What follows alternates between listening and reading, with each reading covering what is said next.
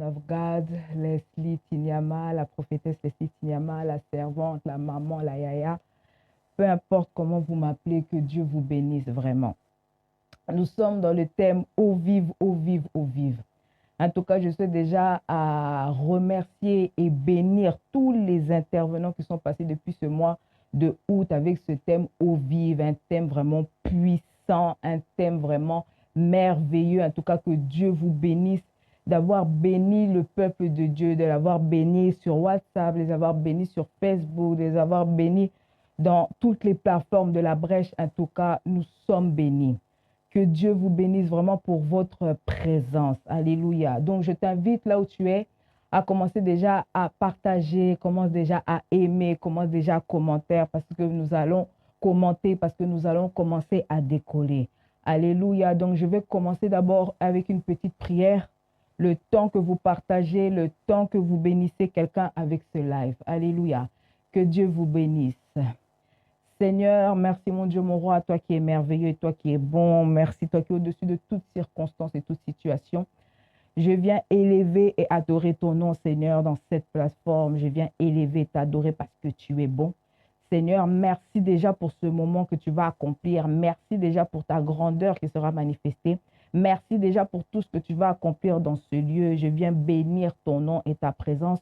Que nous commençons, que je commence avec l'alpha et nous finissons avec l'oméga. Localise les enfants que tu veux parler, localise le peuple avec qui tu veux toucher.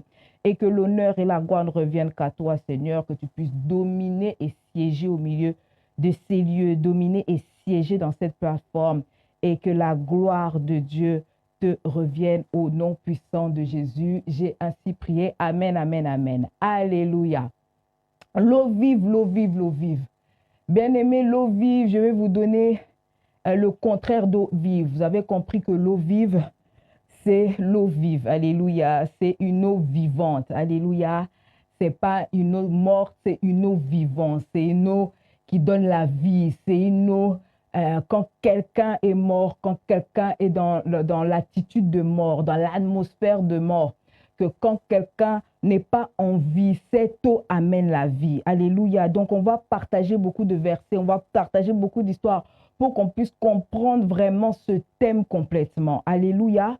Donc, le contraire de eau vive, c'est dessécher. Alléluia. Le contraire de eau vive, c'est mise à sec. Le contraire de eau vive, c'est déshydraté. Le contraire de l'eau vive, c'est le taris. Alléluia.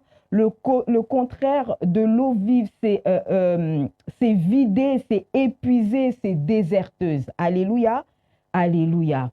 Donc, voilà, vous allez m'entendre des fois utiliser certains de ces mots, mise à sec, déshydraté, vide, épuisé, déserteux, desséché, pour vous montrer comment l'intervention de l'eau vive est vraiment importante dans la vie de tous les jours, dans tous les domaines de nos vies, dans toutes les circonstances de nos vies. Alléluia.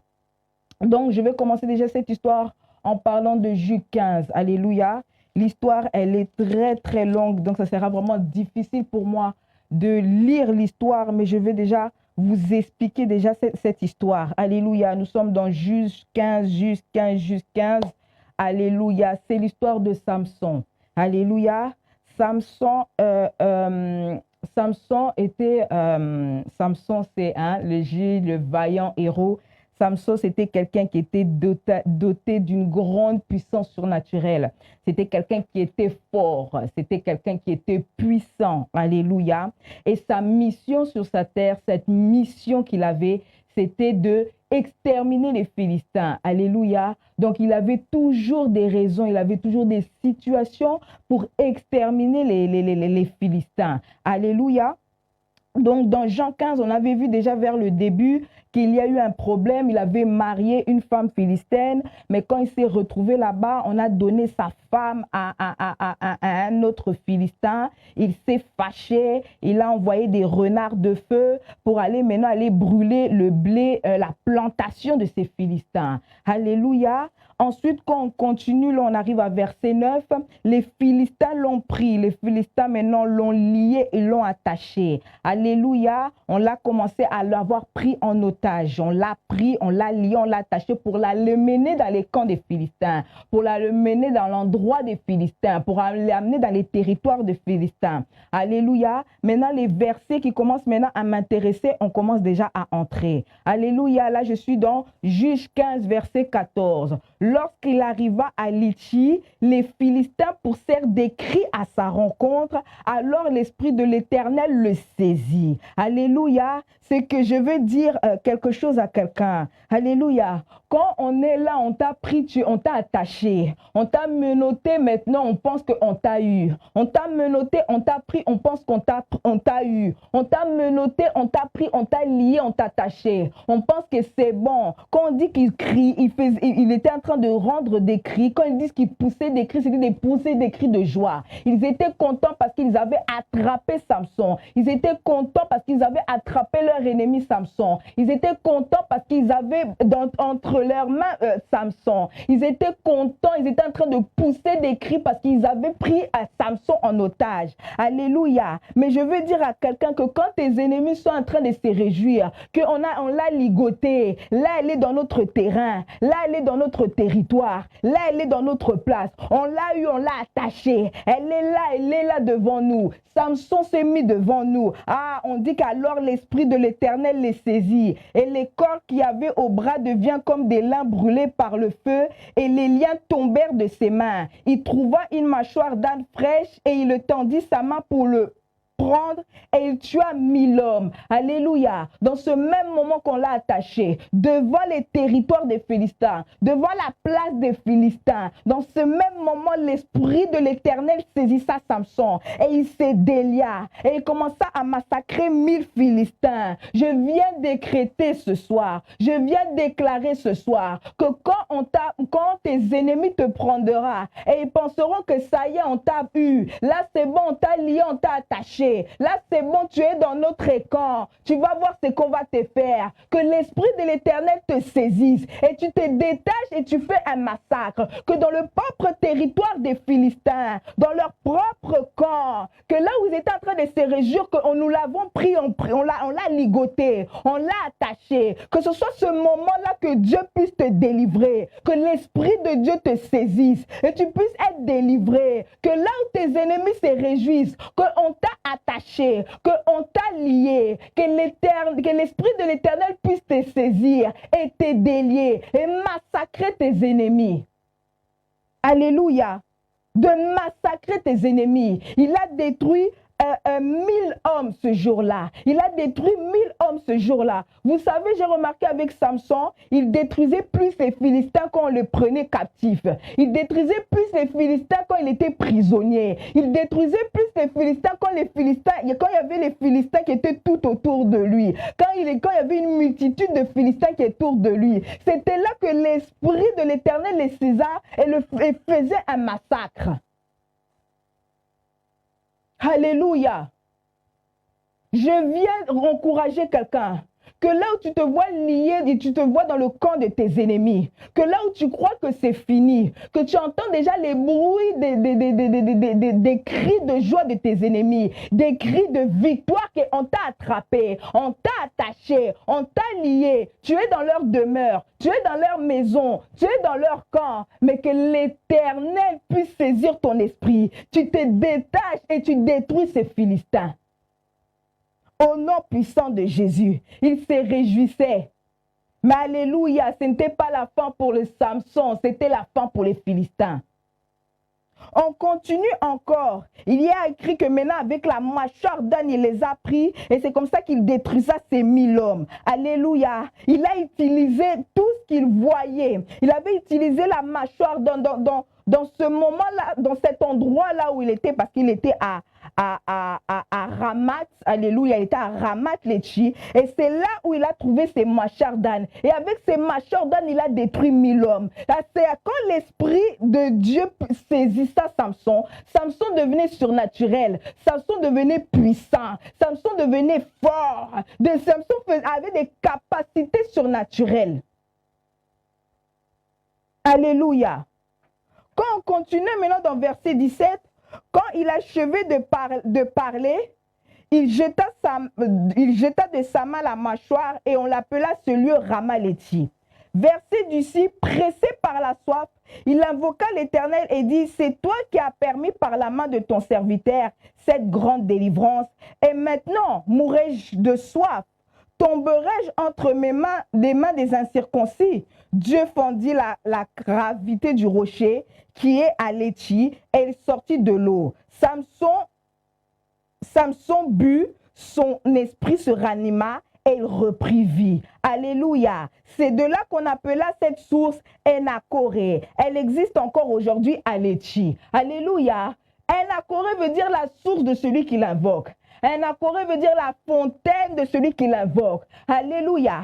Après ces combats, Samson avait combattu déjà, comme je vous ai dit au début, avait combattu déjà en détruisant le blé de ses ex-belles familles, on va dire. Alléluia. Il avait déjà combattu il avait combattu même bien avant encore ces combats. Il a encore attaqué 1000 hommes, encore 1000 Philistins. Alléluia. Quand il a eu ces combats, il a été maintenant fatigué. Bien aimé, il y a des fois quand tu as trop combattu, quand tu as eu beaucoup de combats, tu es fatigué, tu es épuisé, tu es déshydraté, tu es mis à sec. Parce que tout ton effort a été de combattre tes ennemis. Parce que toute ton énergie était de combattre tes ennemis. Il faisait que se battre avec les Philistins. Il y avait toujours une raison qui fait qu'il se bat avec les Philistins. Il y avait toujours un problème qui se fait qu'il se bat avec les Philistins. Il y a eu un moment, Samson était fatigué. Il voyait, il commençait à rendre son souffle. Il était fatigué parce qu'il avait trop combattu. Il était épuisé parce qu'il avait trop combattu. Il était déshydraté parce qu'il avait trop combattu. Il était vidé de sa force, vidé de son énergie parce qu'il avait trop combattu. Et c'est comme ça qu'il commençait maintenant à appeler la source d'eau, à appeler la source de la vie. Il a commencé à appeler. Il a dit, délivre ton serviteur, délivre ton serviteur, délivre ton serviteur. C'est comme ça que l'Éternel fondit un rocher. C'est comme ça que l'Éternel fondit un rocher. Et maintenant, de l'eau commençait à sortir. Et c'est là que maintenant, Samson commence à boire. Et quand il s'habille, on a dit, son esprit se ranima et il reprend vie. Il a bu. Il s'est rechargé. Il a bu, il a eu une nouvelle vie. Il a bu, il s'est restauré. Il a bu, il s'est rempli. Il a fait appel à la source, à celui qui l'invoque. Enakoré est la source de celui qui invoque. Il est la source d'eau de celui qui invoque. Il est la source de celui qui l'invoque. Il a appelé et l'Éternel a intervenu. Il a appelé et l'Éternel a agi. Il a appelé et puis l'Éternel est venu. Enakoré. Après les combats difficiles, je ne sais pas qui a longtemps combattu. Je ne sais pas qui est fatigué des combats. Qui est fatigué de tous les combats qu'il a pu faire avec des Philistins. Qui est fatigué avec les combats qu'il est en train de faire depuis le début de l'année. Les combats que tu es en train d'établir jour après jour, mois à mois. Tu es devenu fatigué. Tu n'as plus encore la force de combattre. Tu es en train de perdre ton souffle. Tu es en train de te déshydrater. Tu commences à te vider de ta force. Tu commences à te vider de ton énergie. Mais c'est là que maintenant Enakoré maintenant agit. C'est là maintenant que Enakoré se manifeste. C'est là où Enakoré maintenant vient te ranimer, vient te redonner la vie, vient te redonner la force, vient te redonner le pouvoir, vient te redonner la puissance.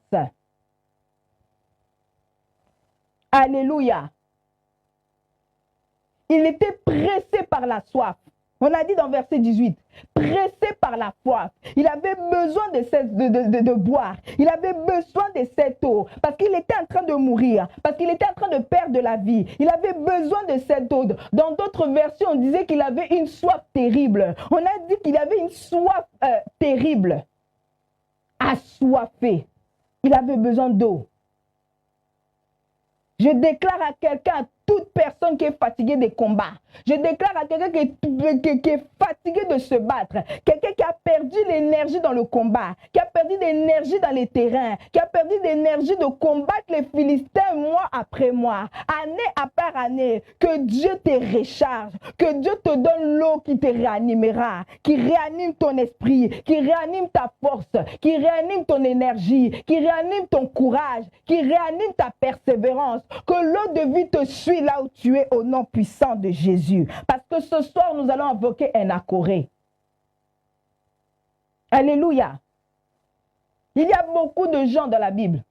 Il y a beaucoup de gens de Bible parce que l'eau vive, c'est vraiment vaste. On va toucher partout. Alléluia. L'eau vive qu'on parle, c'est l'eau que Dieu donne. Ce n'est pas l'eau des hommes. Vous savez, l'eau des hommes, c'est quoi? Alléluia. Vous savez, l'eau des hommes, c'est quoi? C'est l'eau qu'on est en train de mettre avec... vous savez, l'eau des hommes, c'est l'eau qu'on est en train de falsifier. C'est l'eau qu'on est en train de mettre du chlore. Des fois, on met du chlore pour nettoyer l'eau. L'eau des hommes, c'est l'eau quand ça passe dans beaucoup des endroits chimiques pour le rendre propre. L'eau, c'est quand... L'eau des hommes, c'est quand l'eau des hommes est impure. L'eau des hommes doit passer dans beaucoup de tuyaux d'endroits pour le rendre potable. Mais ce qui est bien avec l'eau de Dieu, ce qui est bien avec l'eau qui vient de Dieu, ce qui est bien avec l'eau de Dieu, ça donne la vie. Ce qui est bien avec l'eau de Dieu, c'est puissant. Ce qui est bien avec l'eau de Dieu, c'est pur. Ce qui est bien avec l'eau de Dieu, c'est sain. Ce qui est bien avec l'eau de Dieu, c'est des qualités. L'eau qui donne la vie. Bien-aimé, il y a plein d'histoires. Il y a plein d'histoires. Alléluia. Il y a plein d'histoires. On continue encore. Nous sommes dans 2 Rois 5. Alléluia. Ça aussi, cette histoire, elle est très, très, très longue. Mais je vais parler ça rapidement. Je vais vous expliquer l'histoire. Alléluia. C'est comme ce chef des armées syries, Naaman, alléluia. Naaman avait la lèpre, alléluia. Naaman avait la lèpre. Et il y avait une fille qui était dans des pays d'Israël, alléluia, qui était prise en captivité. Et elle leur a dit, quand elle a vu ce chef des armées avoir la lèpre, elle disait, ah, on connaît un prophète à Israël qui est capable de guérir cette situation, qui est capable de guérir cette lèpre, qui est capable de guérir ce problème. Alléluia. C'est comme ça qu'il se rend maintenant là-bas. Il part, le roi de Syrie l'envoie là-bas pour aller recevoir sa guérison à Israël. Alléluia. Donc ce monsieur part, Naaman, le chef des armées syriens, est en train de marcher avec sa troupe. Il part avec des cycles d'or. Il part aller voir ce fameux prophète Élisée qui est capable de guérir de la lèpre. Alléluia. Ils font un long voyage. Alléluia. Et ils rencontrent maintenant, ils rencontrent même pas Élisée, ils rencontrent son messager. Alléluia. Le messager maintenant qui connaissait déjà la venue de ce chef des armées, Naaman, qui était en train d'arriver, a donné une instruction. Il lui a dit, vas-y, va te laver 7 fois dans le Jourdain. Alléluia. Naaman s'est fâché, le chef des armées syriens s'est fâché. Il a dit, moi je viens de loin, moi je suis de la Syrie. J'ai quitté la Syrie pour aller me laver dans ce fleuve-là de Jourdain. Donc moi j'ai laissé les fleuves de Damas, moi j'ai laissé les fleuves de Albana pour aller me laver 7 fois-là. Il s'est fâché, il a vu ça une insulte parce qu'il est venu de loin. Il vient de très loin pour seulement aller se laver 7 fois ici. Il s'attendait qu'on l'impose les mains. Il s'attendait, alléluia, il s'attendait d'avoir une guérison différente. Mais on lui a donné seulement une simple instruction. Lave-toi 7 fois dans ce fleuve de Jourdain. Alléluia. C'est comme ça que ses collègues ont commencé à l'encourager que vas-y, si la chose elle était compliquée, on pouvait comprendre, mais vas-y seulement, lave-toi. Alléluia. Il se lave, alléluia. Il se lave, il se lave, il se lave, il se lave pendant 7 fois. Là, je suis dans verset, alléluia, je suis dans verset 14. Et sa chair redevient comme la chair d'un jeune enfant et il fut pur. Alléluia. Il fut pur. Alléluia. Donc, ce lépreux avait un problème. D'accord? Il était lépreux. Ce chef des armées avait un problème. Il était lépreux. Alléluia. Il cherchait la guérison. Il a entendu qu'il y avait la guérison, qu'il pouvait avoir la guérison chez le prophète Élisée à Israël. Alléluia. Il s'est déplacé pour aller là-bas. Quand il se retrouve maintenant là-bas, on lui demande une simple instruction. Quand on lui a demandé cette simple instruction, il s'est lavé 7 fois. Et il a eu la guérison. Alléluia. Comme je disais avant, souvent dans mes prédications, je dis qu'il y a des fois des guérisons qu'il faut demander les déplacements. Il y a des guérisons qui demandent que tu te déplaces. Il y a des guérisons qui demandent qu'à Syrie, tu n'auras pas la guérison. Dans le fleuve de Damas, tu n'auras pas de guérison. Dans le fleuve d'Albana, tu n'auras pas de guérison. Mais il faut que tu te déplaces jusqu'au fleuve de Jourdain. Mais le fleuve de Jourdain, il oubliait que ce fleuve de Jourdain, ce n'était pas n'importe quel fleuve. Alléluia. C'était le fleuve où Jean-Baptiste était en train de baptiser le peuple d'Israël. C'était alléluia. C'était le fleuve où Jean-Baptiste était en train de guérir le peuple d'Israël. C'était aussi le fleuve où Jésus-Christ, on avait baptisé par Jean-Baptiste là. Et quand on avait baptisé Jésus-Christ là, le ciel s'était ouvert, on a dit, tu es mon fils bien-aimé, en toi j'ai mis toute mon affection. On avait oublié que dans ce Jourdain, c'était là aussi où le peuple d'Israël avait traversé, avait mis le Jourdain à 5 et avait traversé cet endroit. C'était le fleuve du Jourdain. Le fleuve du Jourdain qui avait une histoire déjà puissante. Le fleuve du Jourdain qui était en train de laver déjà les péchés. Le fleuve du Jourdain qui était en train de donner une nouvelle vie. Oh, alléluia. Ce fleuve de Jourdain était une eau vive. Ce fleuve de Jourdain était en train de donner une nouvelle renaissance. Parce que là-bas, on s'est baptisé. Parce que ceux qui avaient des péchés étaient enlevés, nettoyés des péchés. Ils s'est lavé. Alléluia. Ils se baptisaient dans cet endroit. Alléluia. C'était un Jourdain d'eau vive. C'était un fleuve de Jourdain d'eau vive. Ils ne connaissaient pas l'historique de ce fleuve-là. Ils ne connaissaient pas l'historique de cette eau vive qui était en train de régner dans le fleuve du Jourdain. Ils ne connaissaient pas l'historique qu'il y avait dans cette eau vive. Alléluia. Il y a certains déplacements que tu dois faire parce que c'est là où Dieu voit ta guérison. Le lépreux n'était pas seulement lèpre de maladie, mais il était aussi lépreux, il était souillé. C'était aussi un pécheur. C'était quelqu'un aussi qui avait une mauvaise vie parce qu'il était en train de... Il s'est repenti après dans le verset. Il était en train de commencer à confesser ses péchés avec le prophète Élisée. Il commençait à dire que oui, nous on était en train de... Moi j'étais en train de servir un autre maître. On servait Rimon, on se prosternait devant Rimon. Je suis dans verset 18. Voici toutefois, je prie l'Éternel de me pardonner à ton serviteur. Quand mon maître entre dans la maison de Rimon pour se prosterner, qu'il s'appuie sur sa main, je me prosternais aussi dans la maison de Rimon. Veuillez l'Éternel pardonner à ton serviteur. Lorsque je me prosternais devant la maison de Rimon, le lépreux était pas seulement lépreux physiquement, mais il était aussi pécheur. Ce n'était pas seulement la lèpre, la maladie, mais c'était la lèpre aussi en tant que pécheur.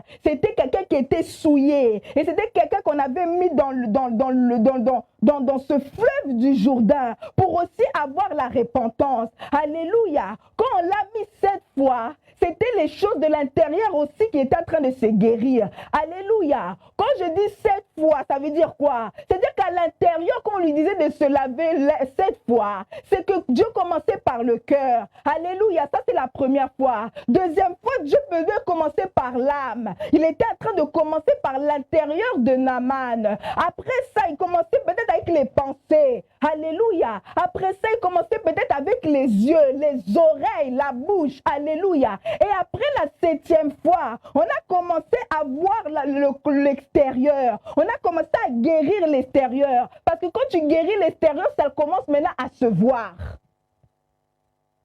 Alléluia. C'est pour ça que c'est la 7e fois qu'on a vu qu'il était pur. Ce n'était pas seulement pur que la lèpre était partie, mais c'était pur que maintenant ses péchés étaient aussi partis. Alléluia. Dieu l'avait guéri. Il a été guéri dans cette eau, dans ce fleuve de Jourdain. Il avait été guéri complètement. Il avait été guéri 7 fois complètement. Dieu l'avait guéri de l'intérieur. Dieu l'avait guéri de l'extérieur. Dieu l'avait guéri complètement. Parce qu'après ça, il s'est repenti. Et après ça, il a demandé pardon. Il a vu l'Éternel. Il a vu la grandeur de ce que le fleuve Jourdain a fait. Ce que personne n'a pas pu faire. Ce que personne n'a pas trouvé la solution. Mais il a trouvé l'eau de vie dans ce fleuve de Jourdain. Le chef des armées syriens, Naaman,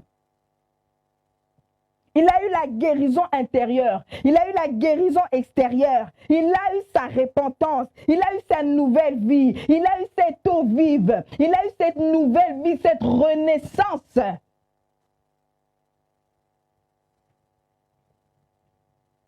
Le chef des armées, le chef des armées syriens, il a reçu sa guérison. Quand un prophète Élisée lui avait dit 7 fois, ce n'était pas en rien. Ce n'était pas 7 fois en rien. Ce n'était pas une place qu'on a dit, vas-y, lave-toi seulement. Parce qu'il posait la question, nous on a des fleuves à Damas, nous on a des fleuves à Albana. Mais à Damas et Albana, il n'a pas l'historique du fleuve Jourdain. À Damas et Albana, on n'était pas en train de nettoyer les péchés. À Damas et Albana, cette eau ne donnait pas la vie. À Damas et Albana, cette eau ne te donnait pas la renaissance, la nouvelle vie. Là-bas, ça ne changeait pas ta vie. Mais dans ce fleuve de Jourdain, il a eu la vie.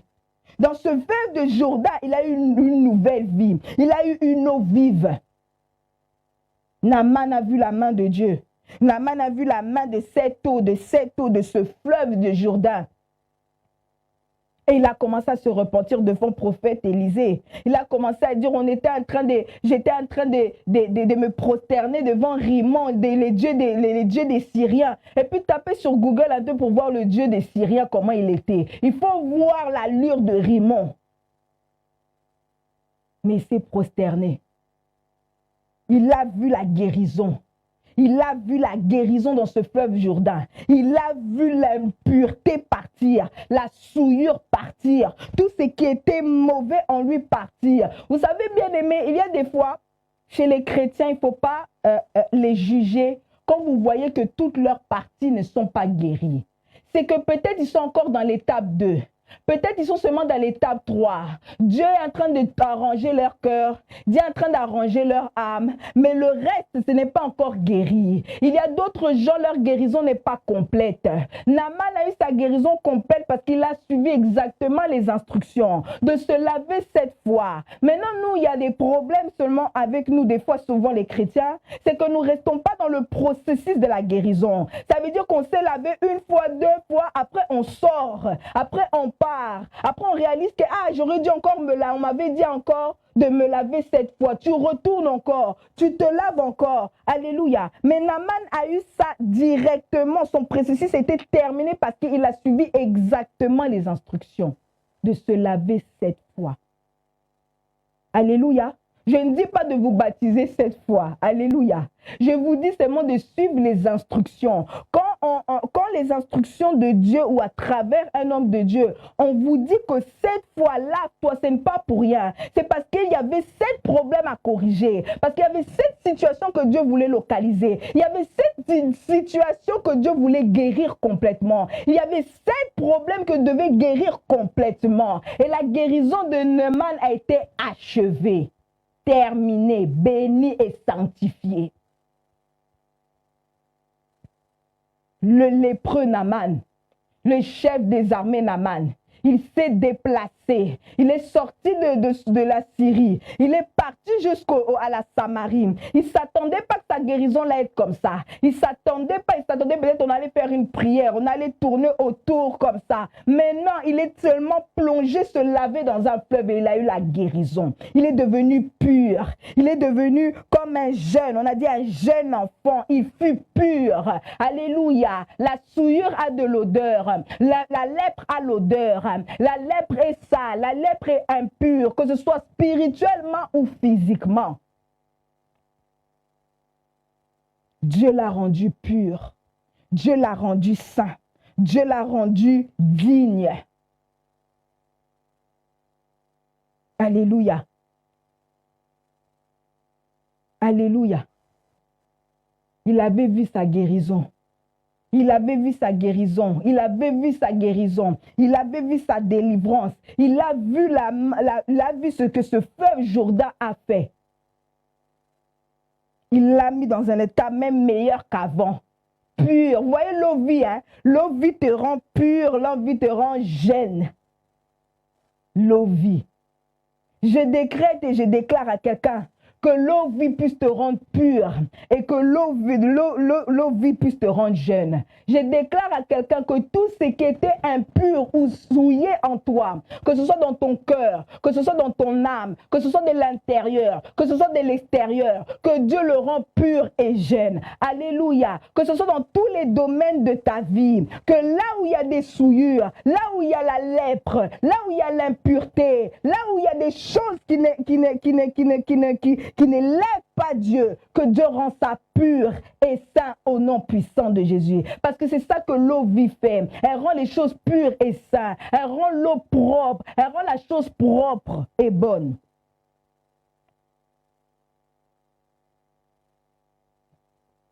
Alléluia. Bien-aimé, il y a aussi des atmosphères. Vous savez, il y a des atmosphères d'eau vive. Vous savez, il y a des endroits où tu peux voir qu'il y a la mort.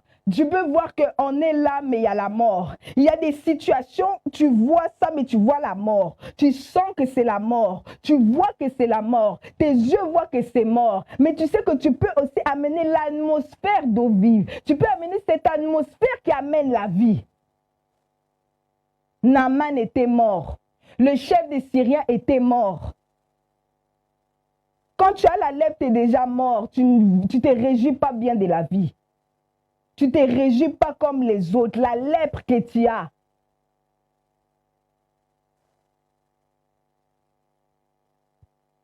Que Dieu localise quelqu'un qui est comme Naaman aujourd'hui. Que Dieu localise quelqu'un qui est dans la même situation que ce chef des armées. Et que Dieu te fasse une guérison complète. Une guérison achevée.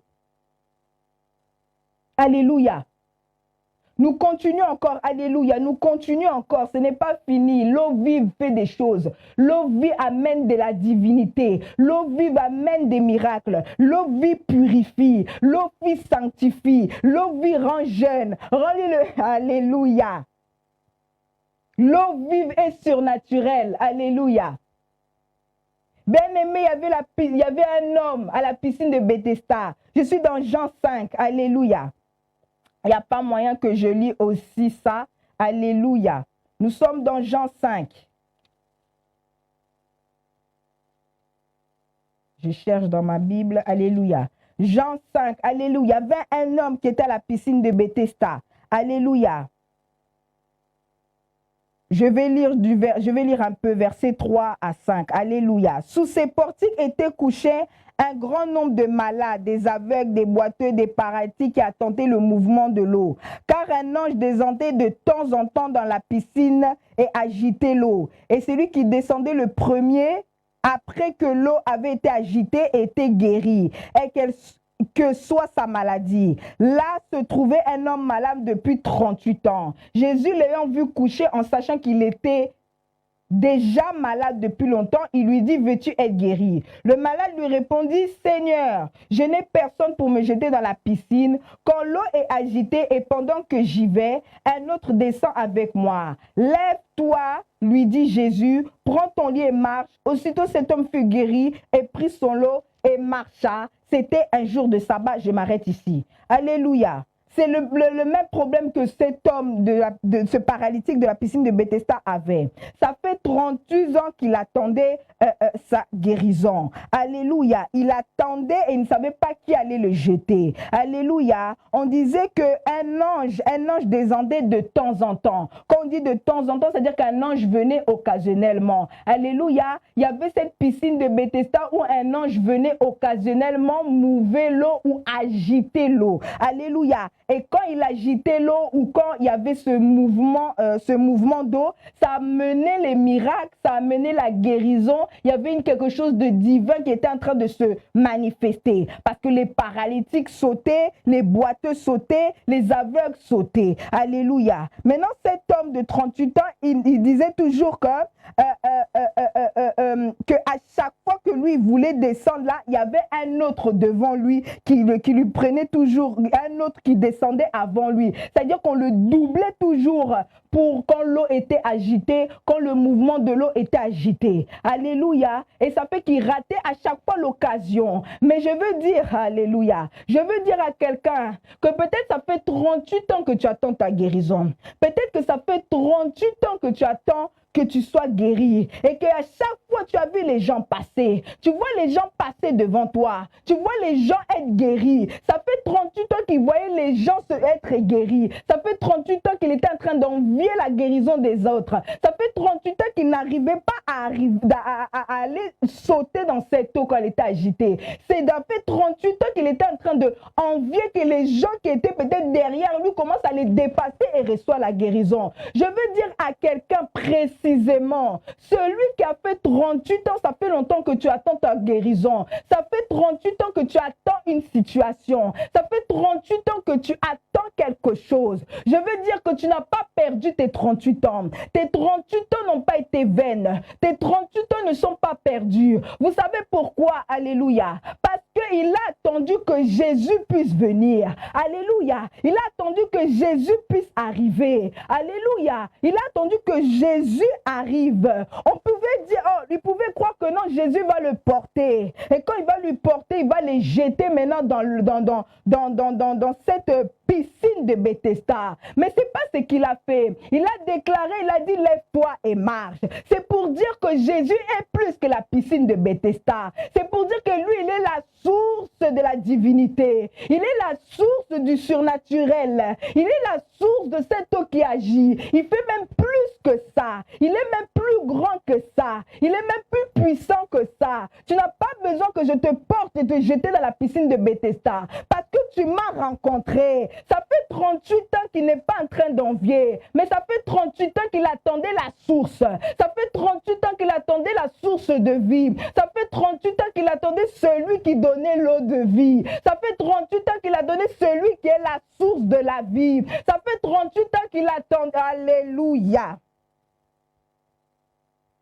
Qu'il attendait la source de la vie. Il était mieux que cette piscine de Bethesda. Il était le divin en lui-même. Il était le surnaturel en lui-même. Il était le puissant en lui-même. Il est la source à qui tu dois puiser. Il est la source que tu dois puiser. C'est lui que tu dois appeler. Nous ne sommes plus dans le temps où nous devons aller à la piscine de Bethesda. Nous ne sommes plus dans les temps où on doit aller dans les fleuves de Jourdain. Nous ne sommes plus dans le temps où nous devons crier, oh alléluia, Enakoré. Mais nous sommes dans le temps où nous appelons Jésus-Christ parce qu'il est le source de la vie. Alléluia. Parce qu'il est la source d'eau. Parce qu'il est la vie. Parce que c'est lui l'eau de vie. Alléluia. C'est lui qui guérit. C'est lui qui sauve. C'est lui qui agit. Cet homme, ce paralytique, avait rencontré la source d'eau. Ce paralytique a rencontré la source, celui qui est plus grand que cette piscine de Bethesda. Celui qui est la solution à son problème. Il avait rencontré la source. Ça ne fait pas 38 ans qu'il a perdu son temps. Ça ne fait pas 38 ans que tu as perdu ce temps. C'est parce que dans ces 38 ans, tu dois rencontrer la source. Tu dois rencontrer la source. Tu dois rencontrer la source de cette guérison, la source de ce miracle, la source de cette divinité, la source de ce surnaturel, la source de cette puissance. Le paralytique a été guéri. Alléluia. Que nous devenons aussi une source. Que nous aussi nous devenons une source. Que nous devenons aussi une source de vie. Parce que si Dieu est une source de vie, si Jésus-Christ est la source de vie, nous sommes aussi cette source-là. Nous sommes aussi de cette source. Il dit dans Apocalypse 21, verset 6, « Je suis l'alpha et l'oméga, le commencement et le fin. Celui qui a soif, je le donnerai la source la source d'eau de vie gratuitement. » Alléluia.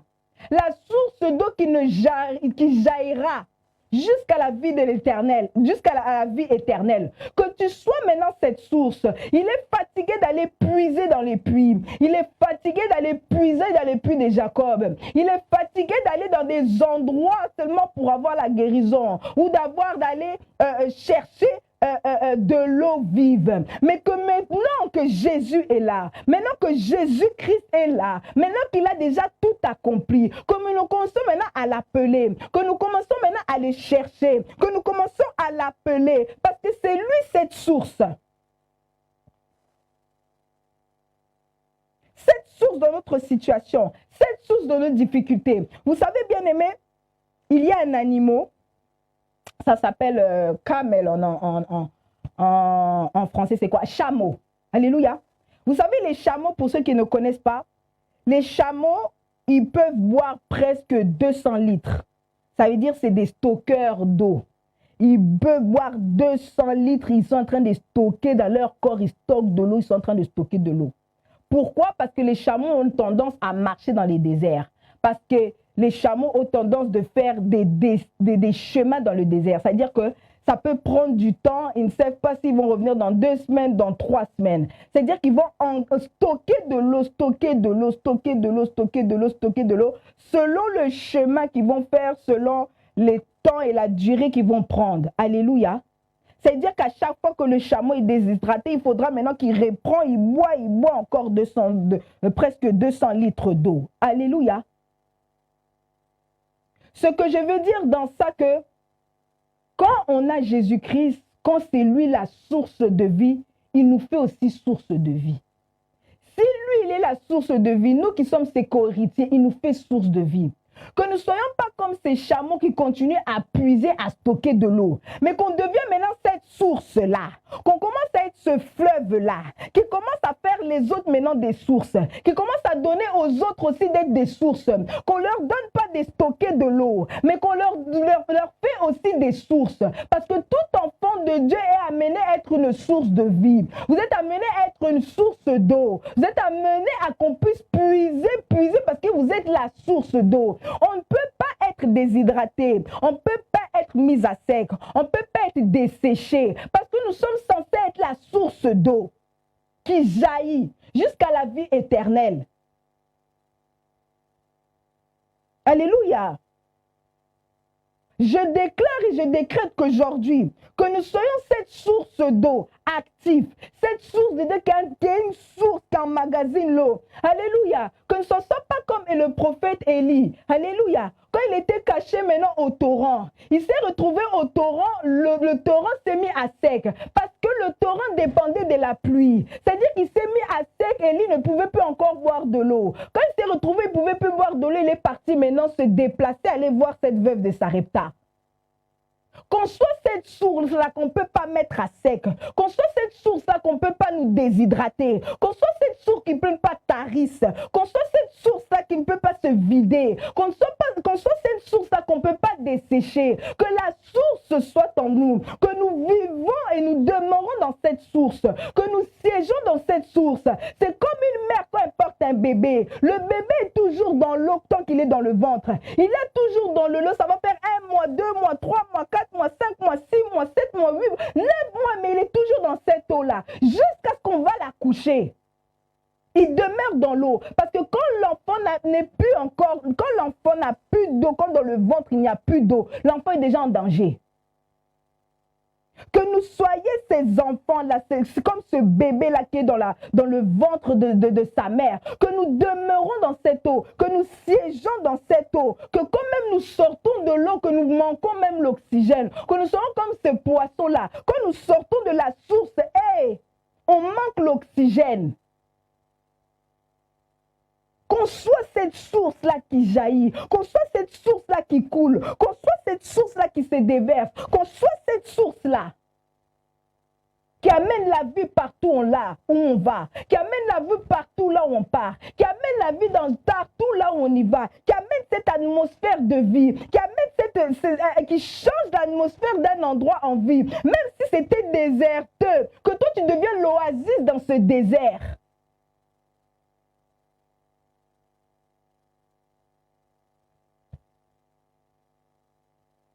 Que tu deviens l'oasis dans ce désert. Que dans ce désert, tu deviens cette source. Que là, dans le désert, les gens sont censés mourir. Ils sont censés se déshydrater. Ils sont censés se mettre à s'épuiser, se vider. Toi, maintenant, tu jaillis de l'eau. Toi, tu fais sortir de l'eau. Là où tu es censé mourir, là où tu es censé amener la sécheresse, là où tu es censé amener le vide, toi, tu es en train de jaillir de l'eau. Oh, dans Apocalypse 22, on parle de le fleuve de vie comme un limpide cristal. Limpide de cristal. Alléluia. Pour dire comment l'eau là est magnifique. Pour dire comment cette eau-là, cette eau de vie-là, amène la vie à tout le monde, amène la vie à toute l'atmosphère, à tout le territoire que tu occupes, à tout l'endroit que tu occupes. Je déclare et je décrète aujourd'hui que l'eau vit, que tu sois une source de vie dans tous les domaines de ta vie, que ce soit professionnel, que ce soit dans ta santé, que ce soit dans ta maison, que ce soit dans ton foyer, que ce soit dans ta famille, que tu sois une source d'eau.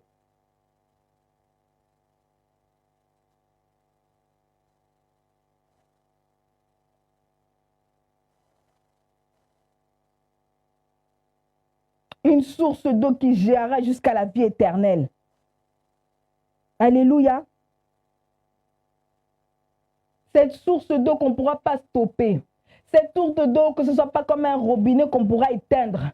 Cette source d'eau qui va exploser d'eau, qui fait que sortir de l'eau. Peu importe la saison, peu importe la situation, peu importe le problème. Cette source d'eau qui continue à faire sortir de l'eau. Qui continue à faire sortir de l'eau. Même si elle est dans le dehors des déserts. Même si dans quel endroit, même si elle est dans l'endroit de mort. Même si elle est dans les cimetières. Amène la vie. Amène la vie parce que tu es une source d'eau. Amène la vie dans ce que tu fais. Amène la vie dans ton travail. Amène la vie dans ta vie spirituelle. Amène la vie dans ton foyer. Amène la vie dans ta maison. Amène la vie dans tes finances. Amène la vie dans ta vision. Amène la vie dans tes projets. Amène la vie dans tout ce que tu fais. Une source d'eau. Tu dois seulement couler, ça doit seulement couler. La source d'eau ne peut pas être épuisée. La source d'eau ne peut pas être à sec. La source d'eau ne peut pas être déshydratée. La source d'eau ne peut pas se dessécher. La source d'eau ne peut pas être tarisse. Tu es une source d'eau. Je viens encourager quelqu'un qui ne savait pas qu'elle était une source d'eau. À partir où tu as reçu Jésus, à partir où tu as reçu l'Éternel, tu es devenu une source d'eau. Toi, tu n'es pas là en train tu ne peux pas te permettre de rester à sec. Tu ne peux pas te permettre d'être déshydraté. Tu ne peux pas te permettre d'être vidé. Parce que tu es une source d'eau. Les gens dépendent de toi. Les païens dépendent de toi. De cette source d'eau. Alléluia. Je vais prier, alléluia. Je vais prier. Alléluia, je vais prier. Alléluia, alléluia. Alléluia. Deviens cette source d'eau. Demeure cette source d'eau. Agis comme cette source d'eau. Sois cette source d'eau qui coule. Sois cette source d'eau qui bénit. Sois cette source d'eau qui fait du bien. C'est cette source d'eau-là où quand on voit cette source d'eau, on dit, ça c'est Jésus. On n'a jamais goûté une eau comme ça. On n'a jamais vu une source d'eau comme ça. On n'a jamais vu une eau comme ça. On connaissait les eaux des hommes. On connaissait les eaux des méchants. On connaissait les eaux des sorciers. On connaissait les eaux des rimons. Mais on ne connaissait pas cette eau-là. On ne connaît pas cette eau pure. On ne connaît pas cette eau saine. On ne connaît pas cette eau-là qui continue à couler et à jaillir. Il continue à hydrater. Il continue continue à donner la vie, il continue à restaurer, il continue à réanimer, il continue à relever, il continue à restaurer, il continue à agir. Que tu sois cette source d'eau qui fait la distinction. Que à cause de, parce qu'on ne comprend pas de cette source d'eau, on ne comprend pas ta source, on ne comprend pas comment tu jaillis de l'eau comme ça, on ne comprend pas comment tu jaillis ta force comme ça, on ne comprend pas comment tu jaillis ton éclat comme ça, on ne comprend pas comment tu jaillis comme ça. Qui voient que c'est l'Éternel, qui voient que c'est Jésus, qui voient que c'est l'eau, c'est la source d'eau. En Jésus. En Jésus. Cette source d'eau,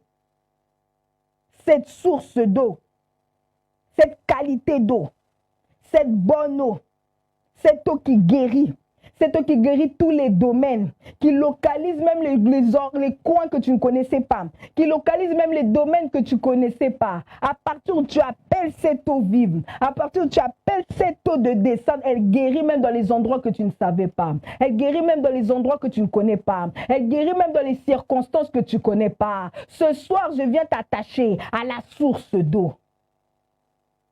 Ce soir, je viens t'attacher à celui qui donne la vie. Ce n'est pas l'eau de Damas, ce n'est pas l'eau d'Albana, ce n'est pas l'eau que tu connais de où. C'est une autre eau que tu ne connais pas. C'est une nouvelle eau que tu ne connais pas. C'est une eau que même quand tu vas essayer ça, même quand tu vas goûter ça, tu dis j'ai déjà vu des eaux, mais cette eau fait la différence. Alléluia. Je déclare que tu sois une source d'eau en Jésus. Je déclare que tu sois une source d'eau en Jésus. Je déclare que cette eau te sanctifie. Je déclare que cette eau te guérit. Je déclare que cette eau te donne la vie, te réanime dans tous les domaines de ta vie, te redonne la force, te redonne le courage, te relève, alléluia. Que tu sois cette source d'eau qui bénit plusieurs, cette source d'eau qui fait du bien à plusieurs, cette source d'eau qui rentre dans tous les domaines de ta vie, dans tous les endroits de ta vie, dans les directions de ta vie, que tu sois dépendant de cette eau, que tu sois dépendant de cette eau, que tu sois dépendant de cette source. Quand tu sors de cette source, tu perds l'oxygène. Quand tu sors de cette source, tu sens qu'il y a quelque chose qui te manque. Quand tu sors de cette source, tu commences même à pleurer. Tu dis, je suis sorti de la source, je me suis détaché de la source. Que tu sois cette source d'eau qui ne se met jamais à sec, que tu sois cette source d'eau qui ne se vide jamais, que tu sois cette source d'eau que même l'eau connaît. Que celui-là est le créateur de l'eau. Alléluia. C'est pour ça que Jésus-Christ avait pu marcher sur les eaux. C'est pour ça que Jésus-Christ avait pu marcher sur les eaux. Parce qu'il était le créateur des eaux. Il a marché sur les eaux. Parce qu'il était le créateur des eaux. C'est lui l'eau vive. L'eau vive, la mer a obéi au créateur. Il commence maintenant à montrer Pierre. Regarde toi aussi, tu es capable de marcher sur les eaux. Parce que c'est moi le créateur de cette eau. Parce que c'est moi l'eau vive. Parce que l'eau obéit à son créateur. Pierre a commencé à marcher sur les eaux. Mais après, il a réalisé. Il a réalisé l'acte surnaturel. Il a réalisé l'acte divin. Il réalise le miracle qu'il était en train d'accomplir. Alléluia. C'est pour ça quand le peuple d'Israël marchait sur le Jourdain s'est mis à sec parce qu'ils ont reconnu leur ADN, ils ont reconnu leur peuple, leur créateur, parce qu'ils marchaient avec l'Arche de l'Alliance. Alléluia. Que tu sois cette source d'eau qui jaillira jusqu'à la vie éternelle. On a dit que ça continuera jusqu'à la vie éternelle. C'est-à-dire que ça ne s'arrête pas que sur cette terre. Ça ne s'arrête pas que ici, mais jusqu'à la vie éternelle. Soit cette eau vie, limpide du cristal, jolie, belle, éclatante. Alléluia. Alléluia. Que Dieu vous bénisse, que Dieu vous bénisse, que Dieu vous bénisse la brèche, que Dieu vous bénisse à toutes les personnes qui étaient connectées, que Dieu vous bénisse, que Dieu vous bénisse. Vous êtes la source d'eau. Alléluia. Que Dieu vous bénisse. Bye bye.